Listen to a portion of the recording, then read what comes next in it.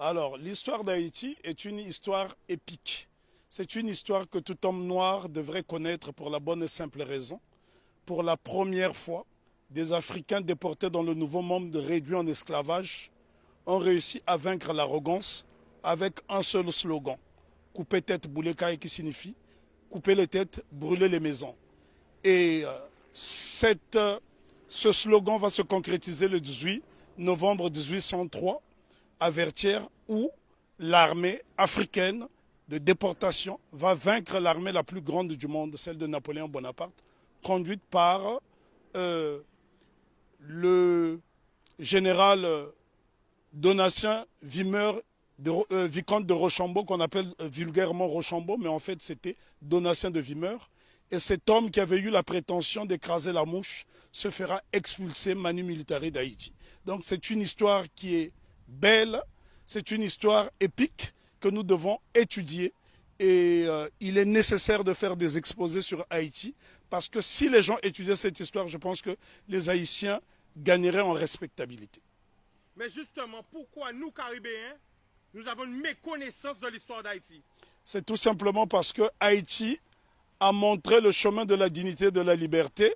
Et donc, on a voulu faire d'Haïti une vitrine de pauvreté effrayante.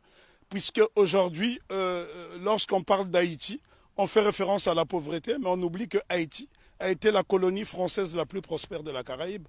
À elle seule, elle procurait plus des 3/4 de la production sucrière. Ce sont là des choses qu'on doit savoir, d'autant plus que la métropole française considérait Haïti comme la perle des Antilles. Mais comment expliquer que ce bout de terre africaine dans l'océan est devenu subitement une vitrine de pauvreté effrayante? Et là, je pense qu'il est nécessaire d'en parler avec des images à l'appui, parce que c'est à Saint-Domingue, parce que lorsqu'on parle de la révolution haïtienne, c'est une faute.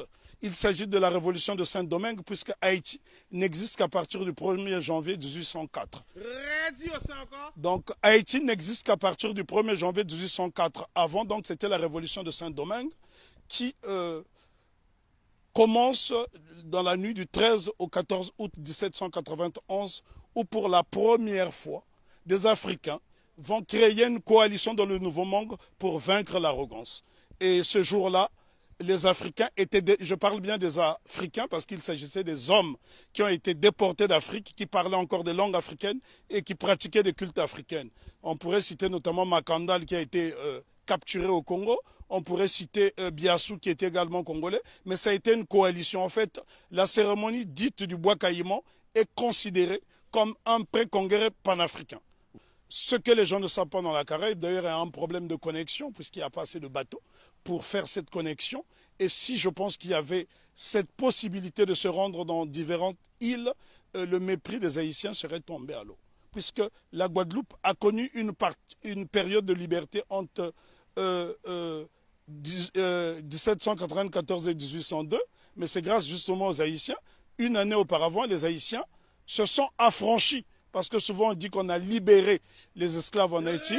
Les Haïtiens n'ont jamais été libérés. Ils se sont affranchis tout seuls avec la machette. Donc voilà pourquoi Non, mais les Haïtiens sont les premiers Africains déportés dans la Caraïbe qui ont brisé les chaînes de l'oppression. Nous devons savoir que Haïti a eu pour vocation de libérer toutes les nations opprimées. Ce qu'on ne dit pas assez souvent, lorsque la Grèce a été dominée par les Ottomans, au milieu du 19e siècle, ce sont les Haïtiens, sous la présidence de Jean-Pierre Boyer, qui ont libéré la Grèce. Et ce sont des choses qui n'apparaissent pas dans les manuels scolaires. Une autre information inédite, c'est grâce à la voix d'Haïti que l'État d'Israël a été créé en 1948. Donc ça, ce sont des choses que les gens doivent savoir. Haïti a été le pays le plus démocratique du monde, puisque toute personne qui arrivait sur le sol haïtien était considérée comme nègre. Donc tous les opprimés de la planète trouvaient refuge en Haïti. Et ce pays est devenu aujourd'hui une vitrine effrayante de la pauvreté. Je suis obligé d'insister sur le mot de vitrine parce qu'il a subi un blocus qu'aucune nation n'avait subi. Imaginez-vous qu'une petite île comme Haïti a été victime du syndicat des empires coloniaux qui était constitué du Danemark, de la France, de l'Espagne, de l'Angleterre, des États-Unis d'Amérique, de la Hollande, de la Suède, parce que toutes ces nations ne voulait pas voir une nation indépendante nègre. Et souvent on dit de Haïti que ça a été la première république nègre. Non, Haïti n'a jamais été une première république nègre, ça a été un empire africain reconstitué puisque l'empereur Jean-Jacques Dessalines va se faire couronner empereur Jacques Ier. Donc c'est la noblesse africaine. Attends. Ben, en tout cas, il y a beaucoup de choses à dire sur Haïti. Haïti est un modèle de fierté et de dignité. Ce sont les Haïtiens qui ont montré à la race noire tout entière ce que c'est que la dignité. Pour la bonne et simple raison, c'est en 1993 ans après la révolution de Saint-Domingue, celle-ci va inspirer les Éthiopiens qui vont être conseillés par un digne fils d'Haïti du nom de Benito Sylvain, qui sera élevé au titre de jazz match par l'empereur Ménélique II. Lorsqu'on parle de la bataille d'Adoua, ce qu'on oublie de mentionner, c'est que l'empereur Ménélique II, qui a mis fin à l'impérialisme sur le continent africain, en tout cas c'est lui qui a signé l'acte de décès de l'impérialisme sur le continent africain le 1er mars 1896, 93 ans après la révolution de Saint-Domingue, c'est un Haïtien du nom de Benito Sylvain qui le conseille. Donc ce sont des choses à savoir et à intégrer. Je souffre de voir que les Haïtiens sont la risée du monde dans la Caraïbe, alors qu'ils sont ceux qui nous ont montré la voie de la rédemption. Donc respect, big respect à Haïti. En tout cas, je me sens haïtien. Moi aussi. Alors pourquoi justement nous avons, nous tout près comme ça d'Haïti, on a cette méconnaissance de l'histoire? C'est tout simplement parce qu'on a isolé la Guadeloupe et la Martinique pour ne pas que l'exemple d'Haïti fasse tache d'huile dans la Caraïbe. Voilà la crainte. Parce que Haïti a été une nation prospère. Il faut visiter Haïti pour se rendre compte. Lorsque vous voyez Haïti, Haïti est avant tout le symbole du panafricanisme, puisque le second chef d'État d'Haïti, c'est l'empereur, plutôt le roi Henri Christophe, qui était originaire de Grenade. Donc Haïti a eu pour chef d'État un homme de la Grenade et qui a été l'un des principaux bâtisseurs, qui a créé le Palais de la Monnaie, qui a bâti 15 châteaux, qui a bâti 4 forteresses, notamment la citadelle Henri, qui est le plus grand fort des Amériques. Et ce bâtiment est tellement beau qu'il faut le voir depuis le ciel pour en apprécier, l'ouvrage d'art que c'est. Parce que n'oubliez pas que deux édifices essentiellement ont défié le temps.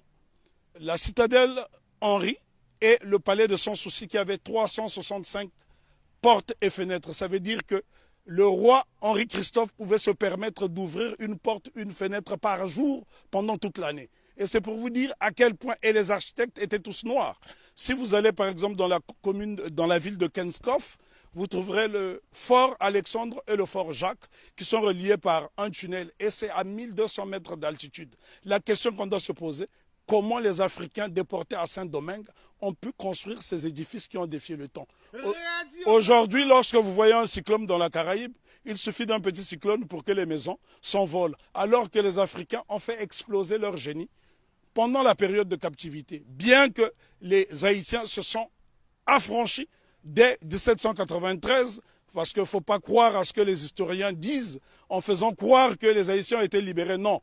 Lorsque les Négrés sont arrivés, les Haïtiens étaient déjà libres, puisqu'ils avaient lancé ce fameux slogan « Coupez tête, boulet caille ». Et il y a un homme dont on ne parle pas, on parle souvent de Toussaint Louverture, qui fut le plus grand des généraux nègres de tous les temps. On parle de Jean-Jacques Dessalines, je dis béni soit leur nom pour l'éternité, mais seulement, il y a un jeune colonel qui s'est battu âprement lors de la bataille de Vertières, c'est Capois-la-Mort, François Capois-la-Mort, qui a défié les canons de l'insolence, les canons de l'arrogance en disant « j'aime la mort ». Et Capois, on le retrouve sur le billet de Sangourde en Haïti. Ce sont là des éléments essentiels que nous devons connaître afin d'aller vers l'émancipation définitive. Alors, en résumé, pour parler d'Haïti. On ne peut pas résumer l'histoire d'Haïti, elle est trop belle, elle est trop grande, elle est trop belle. L'histoire d'Haïti, oui, on ne peut pas résumer l'histoire d'Haïti. Haïti, on doit en parler avec passion.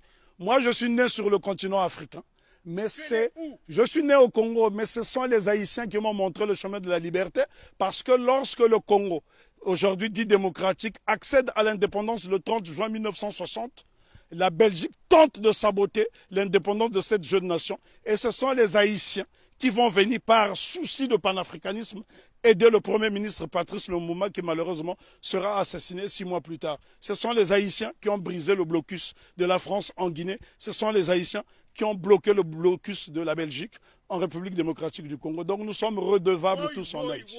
Parce que lorsque je parle d'Haïti, je suis dans un temps second. Je suis en transe. On ne peut pas parler d'Haïti de façon légère parce que cette révolution est la première depuis que nous avons perdu l'initiative historique. C'est la première qui est victorieuse parce qu'il y a eu des révolutions aux États-Unis. Il y en a eu au Brésil, notamment avec la création du Quilombo de Palmarès au Brésil avec Zumbi. Mais sauf que toutes ces révolutions dans la Caraïbe ont été étouffées. Si vous allez par exemple en Antigua, vous avez un village qui s'appelle Liberté, où les Africains se sont affranchis très tôt. Mais toutes ces tentatives de souveraineté n'ont pas été concrétisées. Donc ce sont les Haïtiens qui vont pérenniser. N'oublions pas que Haïti sera envahi pendant 29 ans par les États-Unis d'Amérique pour punir cette nation d'avoir vaincu les Blancs. C'est Haïti qui a libéré l'Amérique latine avec Simon Bolivar. Et encore, lorsqu'on dit que c'est Haïti qui a libéré, ce n'est qu'une partie d'Haïti, puisqu'à cette époque, Haïti était divisé en deux. Il y avait Haïti du Nord, qui était un royaume dirigé par le roi Henri Christophe, et il y avait le Sud, la République du Sud d'Haïti, qui était dirigée par Alexandre Pétion. Et ce bout de terre d'Haïti du Sud va donc donner des soldats, de l'argent à Simon Bolivar pour aller libérer une bonne partie de l'Amérique latine. Si vous observez les drapeaux de l'Équateur, du Venezuela, de la Colombie, vous trouverez des armoiries similaires, même les couleurs, à celles du drapeau d'Haïti. Donc c'est très important pour nous d'étudier Haïti parce que Haïti, c'est le symbole de notre fierté. Et les gens dans la Caraïbe doivent intégrer cette notion. Si les Haïtiens n'avait pas lancé ce slogan « Coupé tête boulet caille » qui a fait trembler le monde entier, ben, probablement que l'abolition de l'esclavage aurait eu lieu peut-être plus tardivement. Est-ce que tu peux nous donner des exemples de pays? Parce que là, on est en direct. L'exemple que je peux vous donner. Quel pays a été aidé par Haïti? Ben, le Congo, pays dont je suis originaire, la République démocratique du Congo a été aidée par Haïti parce qu'en 80 ans de colonisation belge, les Belges n'ont même pas été fichus de former une dactylographe. Et la première dactylographe qui va dactylographier le discours de Lumumba, c'est Suzanne Peck, qui est la mère de Raoul Peck. Donc Haïti est au cœur de notre émancipation. Haïti a aidé l'Éthiopie. Haïti a aidé la Grèce de se libérer. Là, je vous parle de l'Europe. Haïti a aidé la Guinée. Haïti a toujours été au cœur de notre lutte. L'exemple le plus simple, lorsque vous arrivez à Cuba, sur les bords du Malecón, vous trouverez un grand monument qui est dédié à Antonio Maceo. Très peu de gens connaissent ce héros qu'on appelait à l'époque le Tito de bronze. Lui-même qui est le véritable père de l'indépendance de Cuba. On vous parle souvent de José Marti, mais en vérité le père de l'indépendance de Cuba, celui qui a lancé les hostilités contre les Espagnols, c'est Antonio Maceo. Lui-même a été formé en Haïti. Donc Haïti, si vous allez à Cuba, les Haïtiens sont très respectés. Il y a des localités entières où on trouve des Haïtiens. Il n'y a que dans la Caraïbe francophone où on voit ce mépris. La raison est que Haïti a vaincu le maître. Et quand on a vaincu le maître, les serviteurs finissent par avoir la haine de celui qui a vaincu le maître. Parce qu'on ne peut pas comprendre que les Haïtiens et les Guadeloupéens ont le même patrimoine génétique et que ces mêmes frères et sœurs de cette partie de la Caraïbe puissent avoir du mépris pour les Haïtiens. Les Haïtiens sont ceux-là qui incarnent la noblesse. Lorsqu'on parle de la pyramide, ceux qui sont au sommet de la pyramide, ce sont les Haïtiens et puis les Éthiopiens parce qu'ils ont été des nations invincibles. Imaginez-vous que les Haïtiens ont combattu une armée motorisée rien qu'avec des armes rudimentaires. Au point où Maitland, gouverneur britannique de la Jamaïque, viendra supplier Toussaint Louverture de lui remettre un bateau.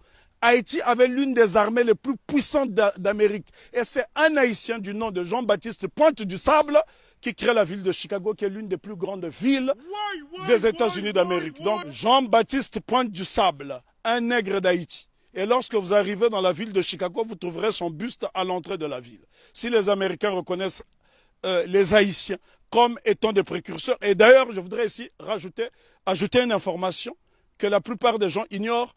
Si la Louisiane a été vendue aux États-Unis d'Amérique, ce n'est que la conséquence de la bataille de Vertières. Parce que Napoléon Bonaparte avait peur qu'il y ait une contagion en Louisiane. Voilà pourquoi la Louisiane sera vendue aux États-Unis d'Amérique, ce qui lui permettra de doubler sa superficie. Donc ce sont les Haïtiens qui ont permis aux États-Unis d'Amérique d'avoir une grande superficie. Et on ne remerciera jamais assez Haïti d'incarner cette résistance. Pourquoi Haïti est-on détesté? Pourquoi les Haïtiens sont haïs par les siens? Pour la bonne et simple raison que cette nation incarne l'Afrique dans la Caraïbe. Or, que lorsque les négriers déportent les Africains ici dans le Nouveau Monde, le but c'est de les désafricaniser. Et Haïti s'affirme et affirme son africanité à travers le vaudou, qui est un culte africain. Ils ont dit bye bye à la Vierge Marie et ils ont célébré les orishas, ils ont célébré toutes sortes de divinités africaines parce que dans le vaudou haïtien, vous trouverez des dignités Congo qui proviennent du Kingunza et bien d'autres cultes. Donc Haïti, c'est l'incarnation de l'Afrique dans la Caraïbe. Et l'Afrique a été tellement diabolisée qu'en tant que fils d'Afrique, je suis obligé de venir dans la Caraïbe justement pour lui faire la toilette. Le 1er janvier 1804, date de la célébration de l'indépendance de Haïti, il y a un événement qu'on devrait associer à cette date. C'est la fête de la soupe. La soupe de l'indépendance. Qu'est-ce que la soupe de l'indépendance? Haïti fait face à un blocus décidé par le syndicat des empires coloniaux. L'impératrice Marie-Claire Bonheur Félicité, femme de Jean-Jacques Dessalines, décide de créer la soupe de l'indépendance avec des ingrédients dont elle détenait seul le secret. Ces ingrédients permettaient aux Haïtiens qui, pendant la période de famine, de résister et de ne pas perdre des calories. Donc ça, ce sont des choses à savoir. Il y a un savoir scientifique en Haïti qui étonne encore le monde. C'est en Haïti que les Africains ont produit les plus beaux édifices depuis la chute de l'Égypte. Je répète, c'est sur la terre sacrée d'Haïti que les Africains ont réalisé les plus beaux édifices depuis la chute de l'Égypte. Pourquoi nous a formaté, je dirais plutôt, à avoir peur du vaudou? Pour la bonne et simple raison, parce que les cultes africains ne sont pas prosélytes. Et ces cultes ont permis justement aux marrons de résister et les cultes africains ont survécu dans toute la Caraïbe, pas seulement en Haïti. Si vous allez par exemple en Jamaïque, il y a le Pacomania, c'est un culte typiquement africain. Allez en Dominique, vous trouverez ces cultes africains. Le problème est que les gens ne s'intéressent pas à ces cultes. Lorsque vous voyez par exemple le Grappa à Congo qui sera célébré après-demain à Cap-Esther par la famille Massembo, ce sont des postes de résistance africaine dans la Caraïbe.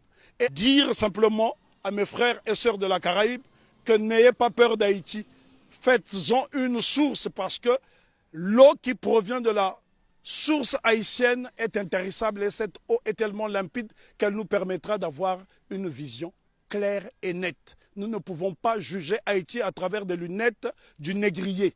Sinon, on finira par avoir un regard étriqué. Jugeons Haïti à travers nos propres lunettes. Voilà pourquoi Marcus Garvey disait « Si le nègre ne prend pas garde à lui, il boira tous les poisons de la civilisation moderne et il en mourra. Vive Haïti !» Je tiens à signaler que j'ai la particularité de faire des conférences sur l'Afrique gratuitement dans la Caraïbe parce que mon but justement, c'est de raconter la version du gibier qui n'a jamais été racontée. Parce que pendant 400 ans, vous avez eu droit à la version du chasseur. Et les Africains disent dans un proverbe très éloquent, tant que les lions n'auront pas leurs propres historiens, les histoires de chasse seront toujours à la gloire du chasseur. Donc je suis là en tant que gibier pour vous apporter la version solide de l'Afrique.